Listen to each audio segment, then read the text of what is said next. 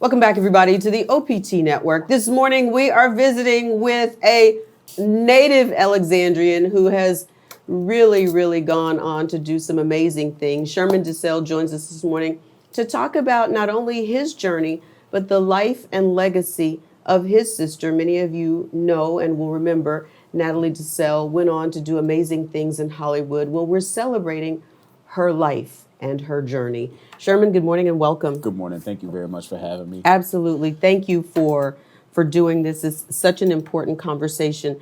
But before we talk about Natalie and her life, let's rewind. We had a conversation about 2 years ago, right here, about preparation time and all of those hours of working. Did you ever think that you would make a transition the way that you have made it into New Orleans, WDSU, a huge market, a great city? Never. I never would have thought I would be doing what I'm doing to the magnitude that I'm doing right now. Never. Not 2 years ago. No. And so talk about the preparation. Did you think that your time at KALB would be preparation for your next? It wasn't until I started openly searching for a new opportunity that I realized that I was more equipped than I thought I was. It wasn't until I started seeing or paying closer attention to what other markets were doing and the talent and the capabilities of reporters. It wasn't until I started paying attention to that I realized that I even could have a shot. Let's talk about stepping out of the boat, because everybody knows Sherman Desselle. You were a fixture in people's mornings for years. How do you step out of that into the unknown, really? It took faith.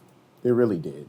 It was really a step of faith for me and my family, my growing family, to move from family, from everything that we knew, from our connections here in Alexandria, and to just start our own thing. It took faith.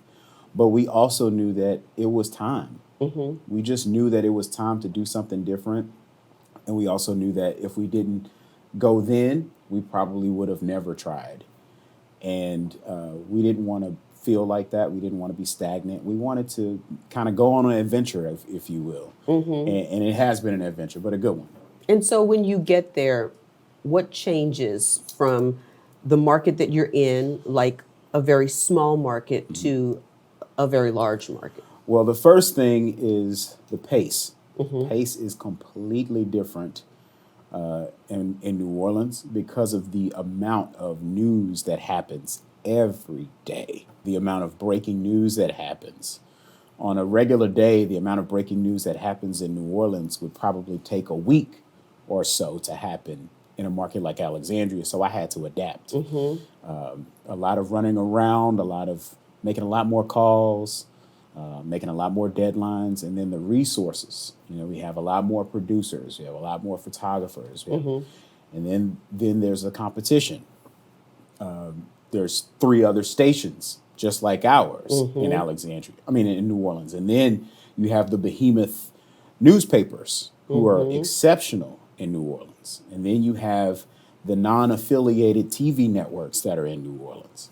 So you have all of those things to navigate around. And that makes it harder for a general assignment reporter to break into the market and to get the information that they may need for a story. So when you come out of a small pond into an ocean, how do you prepare yourself so that you're not overwhelmed by the fast pace and what you have to do to be effective? You have to really manage your time extremely well. You have to manage your time well. You have to plan ahead as much as possible.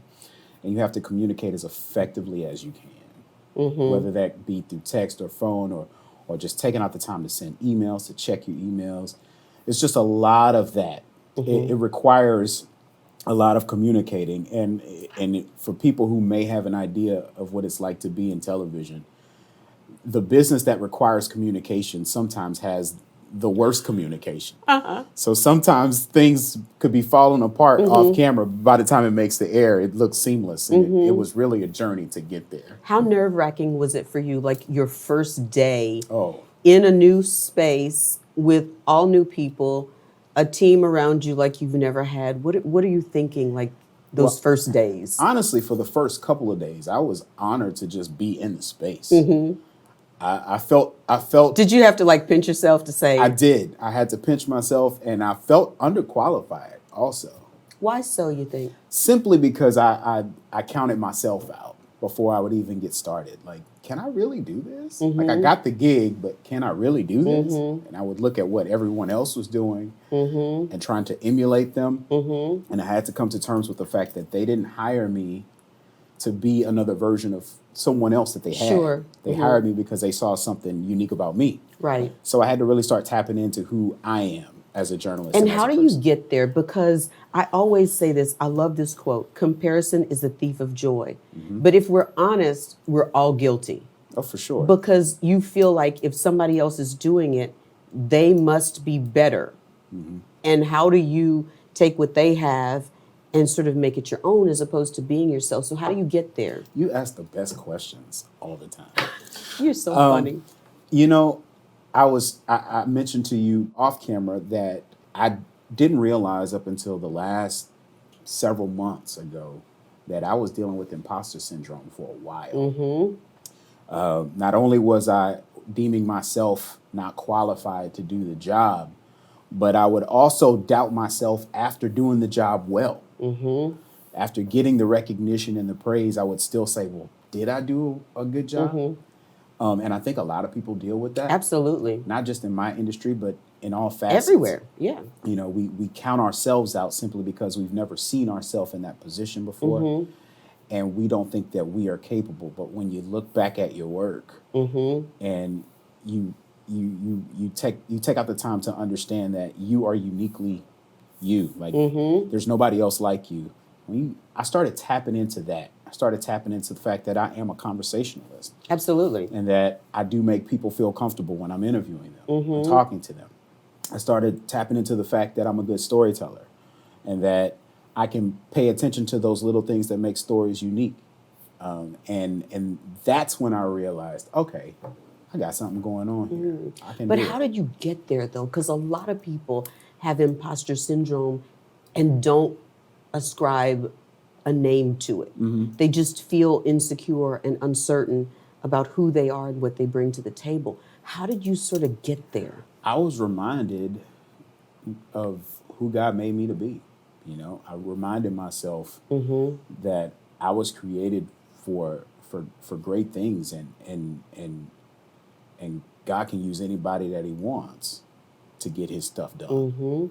And so once I realized that, hey, like you're in this space, clearly they believe in you. Why don't you start tapping into that? So I started. I watched myself a lot. And that's More- hard. Is that hard to do for you? It's still hard, but Yeah. not as hard as it was 2 years ago. And I've seen the growth. I watched my stuff from 2 years ago, and I don't even recognize that person anymore, simply because of the amount of work that I've done in the matter of 24 months. So it's been interesting. And the work is so critical. Sometimes we look at people who are great, but we don't look at all of the hours and the years, those 10,000 hours. It's something so essential about those 10,000 hours. For sure. And a lot of the people that you see that you think are performing at a great level, they've put in more hours than that.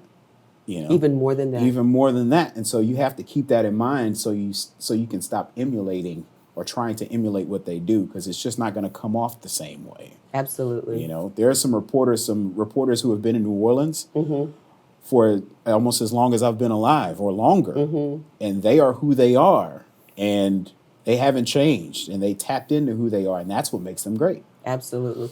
Let's get a break here, but when we come back, we'll talk about the life and the legacy of Natalie Desselle and how Central Louisiana is going to celebrate that this weekend. Stay on point. We're back with more right after this.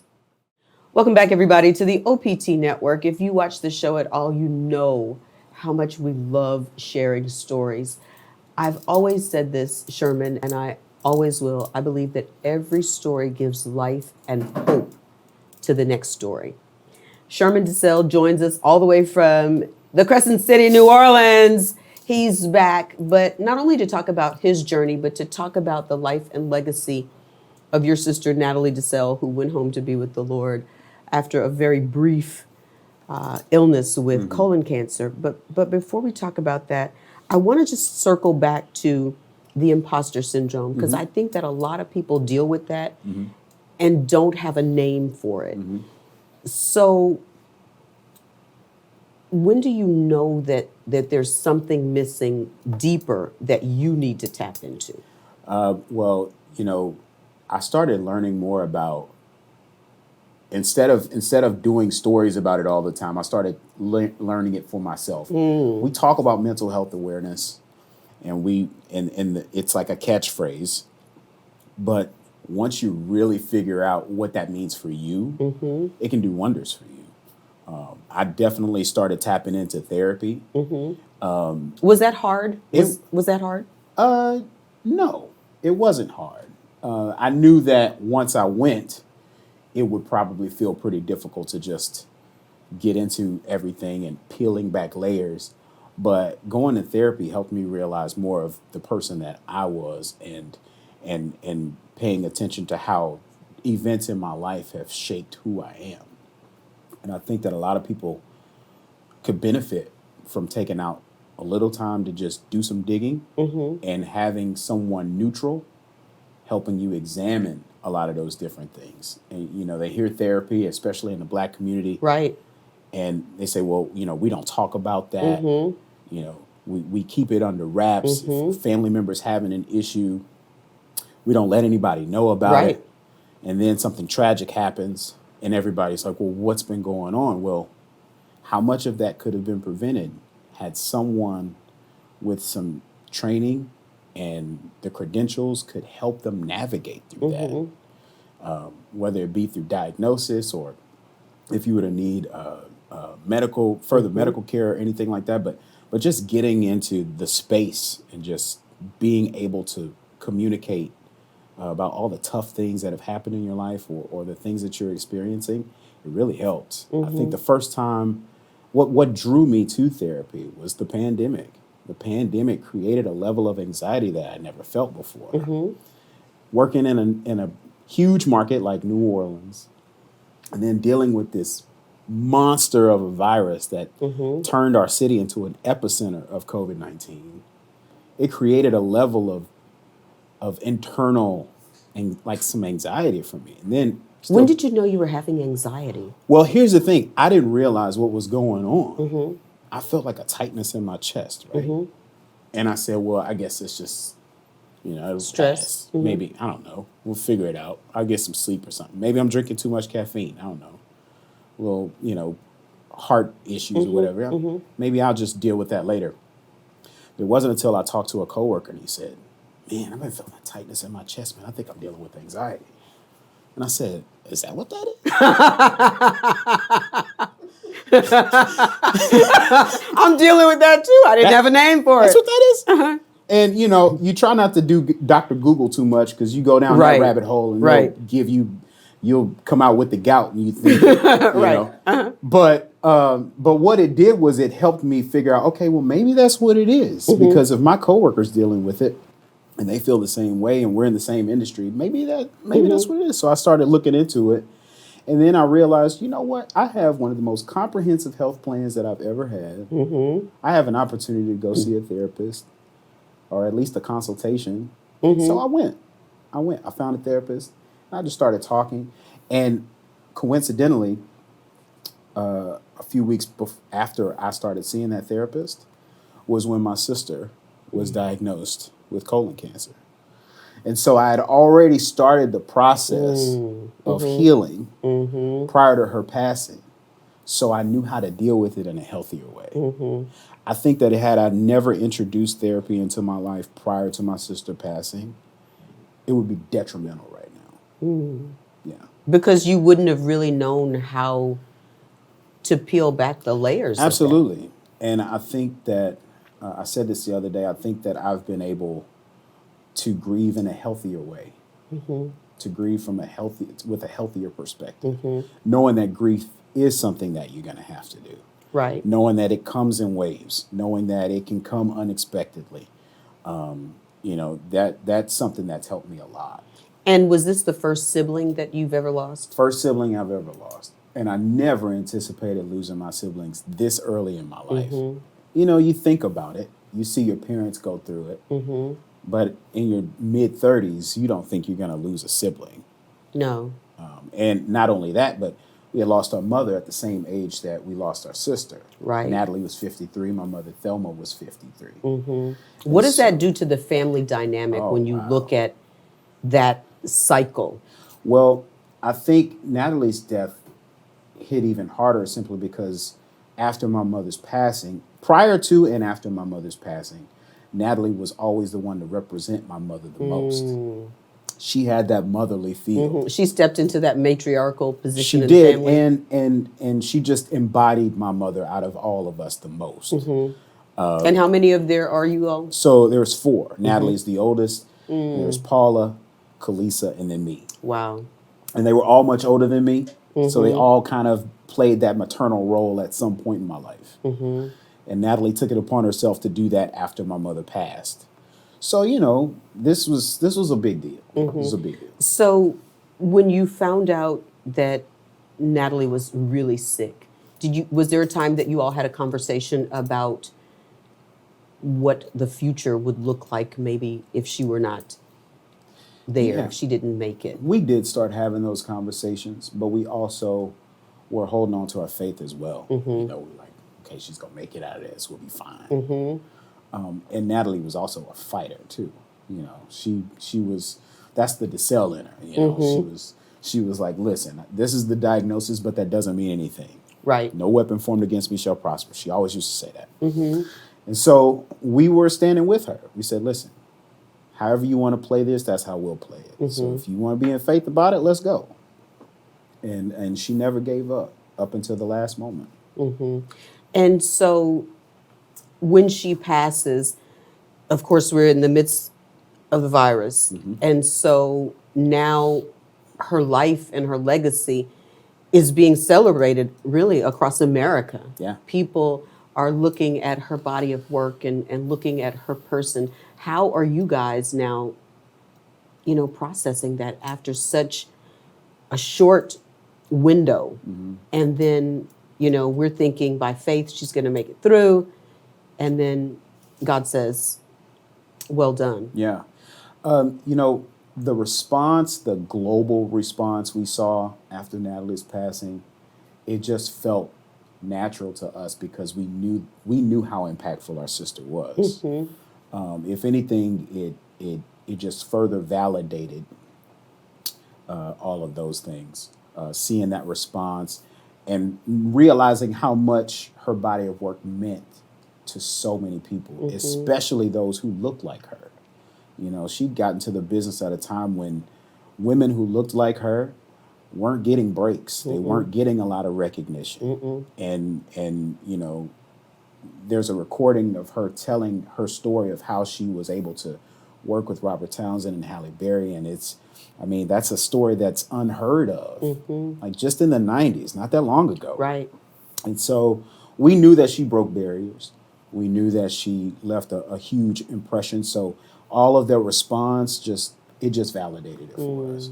Wow. Let's take a break here, but when we come back, we'll talk about the celebration that Central Louisiana is having for Natalie Desselle, her family, but the family of Central Louisiana coming together in her honor. Stay on point. We're back with more right after this. Welcome back, everybody, to the OPT Network. Our guest this morning is none other than Sherman Desselle, and he joins us back in the city to talk about the life, the legacy, and celebrating Natalie Desselle, his sister's life. And so tell us what went into putting this together and how do you pull from everything that is her life? Yeah, the goal was to not only celebrate her life, because that's something that we didn't get to do immediately because of the pandemic, but also to make her as three-dimensional as possible. A lot of times you can get caught up in seeing someone on camera, on screen, and forget that they're multifaceted. Natalie did a lot prior to working in the industry. during work, like while working in the industry. And so we're peeling back a lot of that stuff. We're letting people see that. And we're also paying homage to her through different things involved in the program. You know what I love the most about both of your journeys, but hers especially, because we're the same age and we were in college together. We've had a chance to have her on our show, but the fact that she took this dream of being in Hollywood from Alexandria, Louisiana. And sometimes we think that big things, unless you're an athlete or unless you're a singer, you know, that coming from small town America, because we don't have anybody to point to say, this is my model. Right. Anywhere near us. Right. But she took that dream and kept it alive and was able to go to Hollywood and do amazing things. Yeah, it is incredible, the work that she ended up doing. But you know, once it started happening, once it started to manifest, we were the most calm people in the room because we knew it was going to happen. We knew because that's what she lived, breathed, and ate all of her life. We knew that there was something exceptional about her. So to see her doing her work, it was just natural for us to watch. Most importantly, she was always herself. Who you saw on camera was who Natalie really was.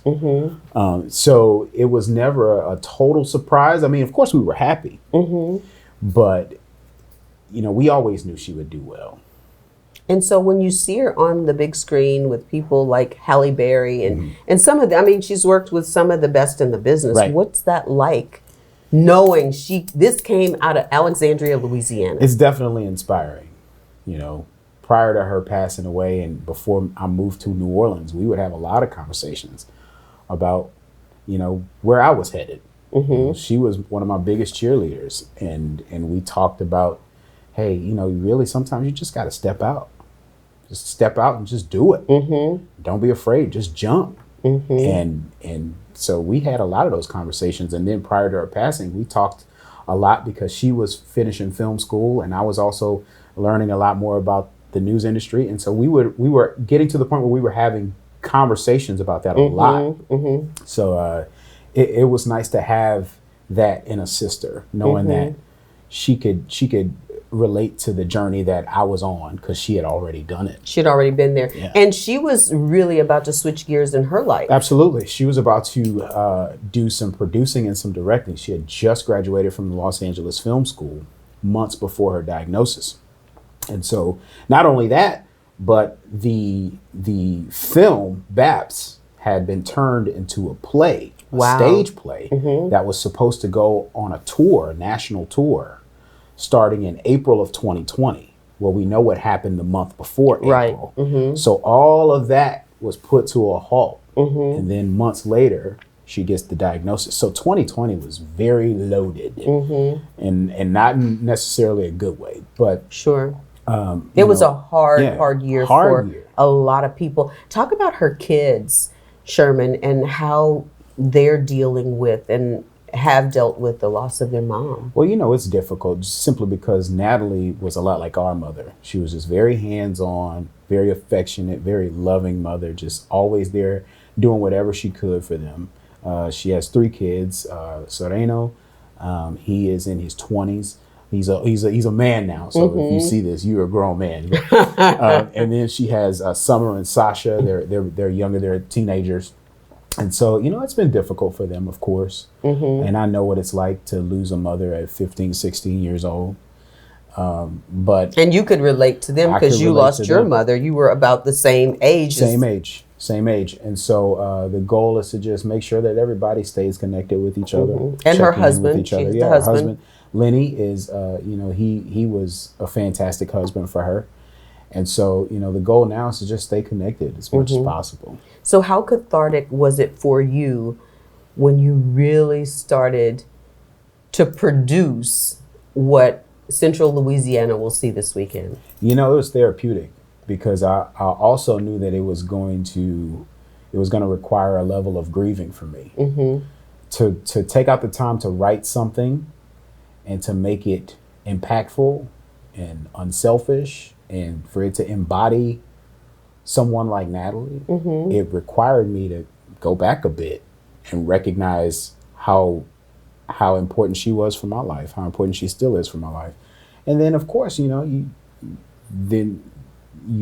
start missing that person because they're no longer there. And but you can see her in full oh, absolutely, body, full life, full spirit in her work. Absolutely. And when it comes to the production as a whole, the program as a whole, it involves a lot of different people, a lot of different local people, and simply because of how much people loved my sister, it's made it that much easier because now we have so many people invested in making sure that it's successful. So tell us about Saturday and what people can expect. Yeah, so Saturday will start actually at 10 a.m. We're going to have a parade, and it's going to start at Peabody. It's going to go up Broadway, make a right on 3rd, make a right on University, and it's going to end at Peabody. Peabody is where myself and all 3 of my sisters attended school. Peabody is where my mother worked prior to her passing. Wow. So we've always been connected to Peabody. So that's where that's going to be. It's a parade at 10 o'clock. We're going to have a lot of people involved in that.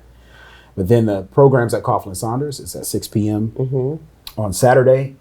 And it's free. There's no tickets involved or anything like that. And just want to clear this up. It's not going to be the BET Awards, right? Like, you're not going to have like a lot of celebrities there. Like that's not what this is about. This is an effort to make sure that that people in Alexandria understand how much Alexandria meant to Natalie. So while there will be some people that you recognize that have contributed to the program, it's essentially about Central Louisiana. Absolutely. But I don't want to leave this conversation without shining a very, very bright light on colon cancer, which is what Natalie died from, and the importance of early detection. Absolutely. My sister was diagnosed November of 2020. She died first week of December 2020. Wow. That's not a lot of time. No. To process the fact that you've been diagnosed with this disease and to be treated for it in order to get better. By then, I mean, most of the people who have been diagnosed in that short window of time deal with a lot of complications if they make it. And a lot of that can be prevented if you take out the time to check yourself all the time, right, and as often as possible. The age requirement for getting screened for colon cancer used to be 50. Now it's 45. And in some cases, if it's something that runs in your family, it may be earlier than that, right, depending on maybe the physician that you deal with or consult with. But it's important that you know your status and you know exactly what's going on, because you could catch it a lot earlier, right, and prevent long-term difficulties down the road. Absolutely. And the gold standard for colon cancer, the screening, is a colonoscopy. And we want everybody to make sure that you know and you have the conversation with your doctor. Yeah. Early detection is key. Sherman, thank you so much for coming and spending this time with us. And we just want to invite everybody out. Absolutely. We want to invite everybody out. It's at 6 p.m. at Coughlin Saunders that night. Masks are going to be required due to the pandemic. We want to make sure that people can attend safely. Absolutely. And for Warhorse Nation, I know you guys are going to show up and show out for Natalie. Yeah, class of 85 is showing up. I don't know about everybody else, but class of 85 is showing up. Indeed. Sherman, thank you so much. Thank you. Hey, everybody, stay on point. We're back right after this.